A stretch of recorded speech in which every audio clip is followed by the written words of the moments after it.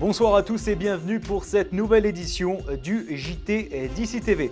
Au programme ce soir, le travail le dimanche, c'est également AGAP. Ce midi, nous recevions Patrick Prost, leader de la CFDT dans le département. Il a pointé du doigt deux enseignes, Jiffy et Vetsport.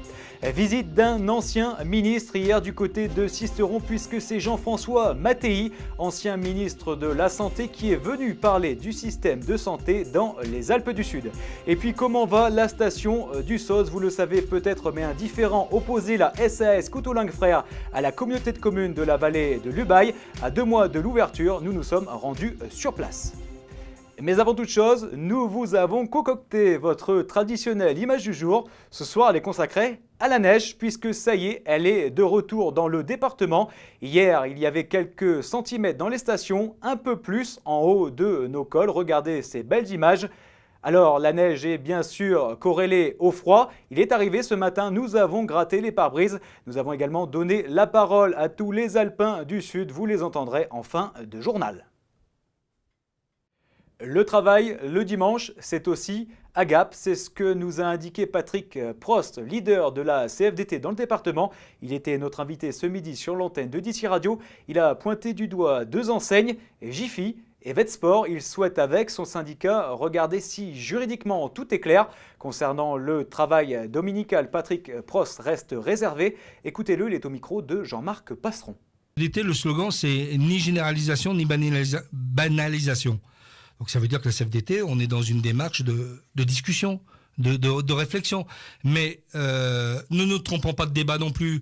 Est-ce que vraiment la réponse, est-ce que c'est vraiment une réponse aux consommateurs, l'ouverture des magasins le dimanche? Et renseignements pris auprès de Jiffy, nous avons su qu'ils avaient droit d'ouvrir le dimanche puisque ce ne sont pas des personnes salariées qui travaillent, mais les gérants uniquement.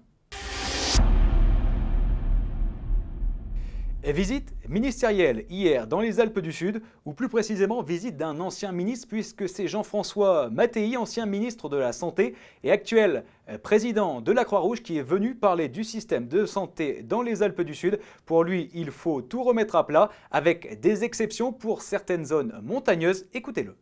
Je pense qu'en zone montagneuse, toutes les difficultés sont accrues parce que les communications sont difficiles. Et que je comprends parfaitement que lorsqu'on dit qu'on ne peut pas opérer dans un hôpital qui ne fait pas tant d'interventions dans l'année, ça puisse poser des problèmes. Il faut des exceptions géographiques. Néanmoins, ce qui compte avant tout, c'est la qualité des soins. Et il faut qu'on repense notre système de santé avec l'époque que nous traversons. Comment se porte la station du SOS? C'est ce que tout le monde se demande à 2 mois de l'ouverture de la station. Vous le savez peut-être, mais un différend est né au moment de la reconduction de la délégation de services publics entre la SAS Couteau-Langue Frères et la communauté de communes de la vallée de l'Ubaye. Alors, où en est-on? Est-ce que le dialogue a repris et bien repris? Olivier Milleville s'est rendu sur place.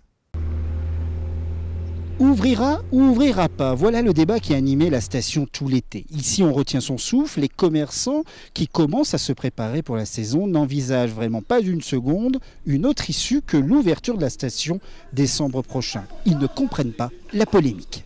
Bien sûr que ça va ouvrir. La station, elle va ouvrir. On a encore un petit doute sur une partie du domaine, mais la station, elle ouvrira, ça c'est sûr.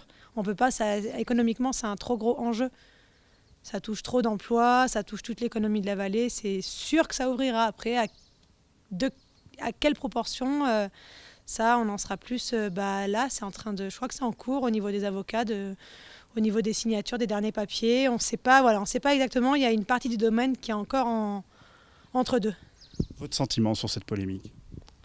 Ça a été beaucoup de pubs négatives au niveau des infos régionales et nationales pour pas grand-chose en fait, parce qu'aujourd'hui ils sont pas capables de dire qu'on ouvrira. Et il y a des gens, c'est allé jusqu'à penser que le SOS était en faillite. En effet, 600 emplois directs sont concernés. Autrement dit, ce serait un désastre économique si aucun accord n'est trouvé. L'ancien délégataire du SOS, Éric Couteau-Langue, se dit confiant sur la ratification du protocole proposé suite à la réunion du 4 septembre dernier et que les deux parties ont reçu le 3 octobre.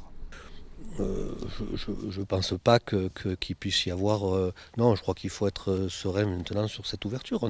On était d'accord avec le président, il n'y a pas de raison que les choses changent.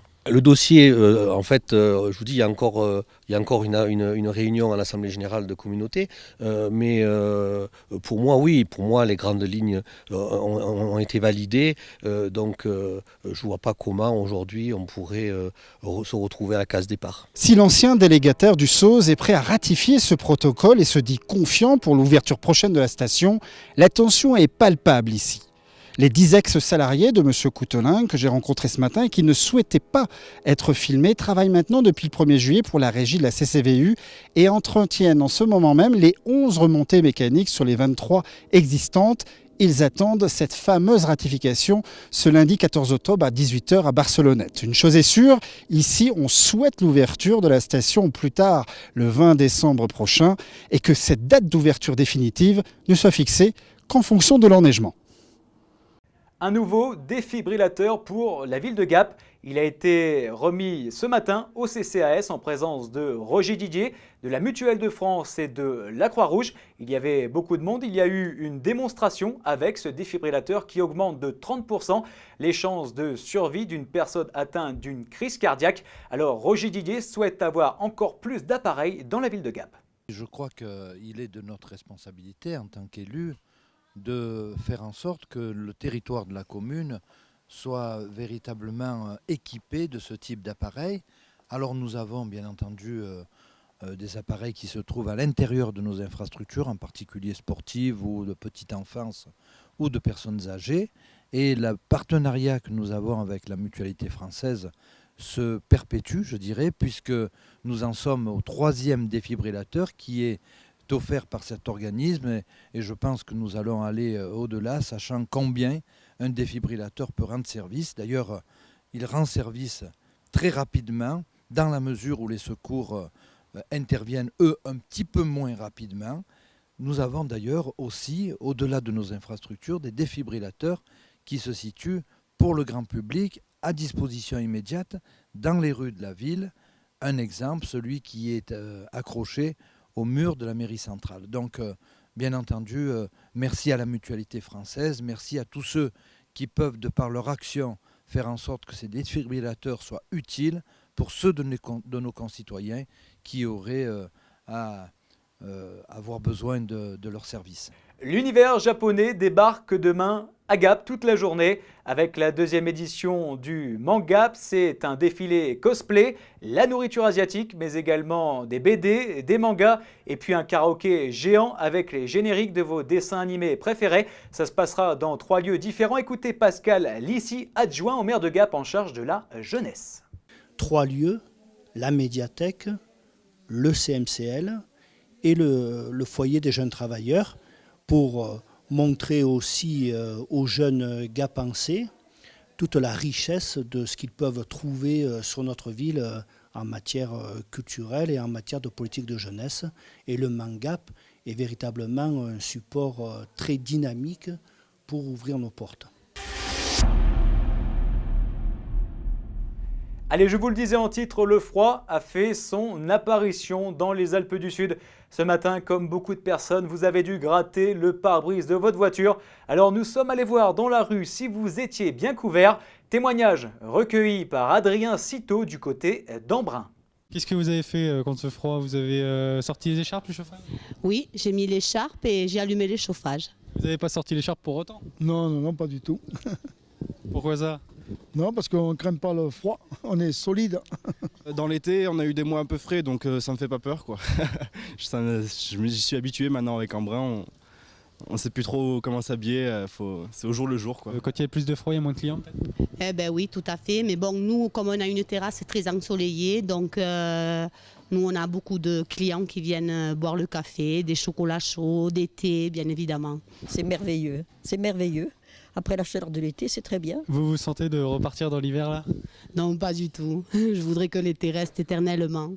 Mais bien sûr, les jolis feux dans la cheminée, les châtaignes qu'on rôtit, voilà, il y a toute une ambiance, c'est très agréable. Les champignons dans les bois. On n'a pas trop le choix, mais il va falloir y aller, ouais. Il va falloir y aller. Même si on a le soleil, le vent frais, il est là, quoi. C'est tout, voilà.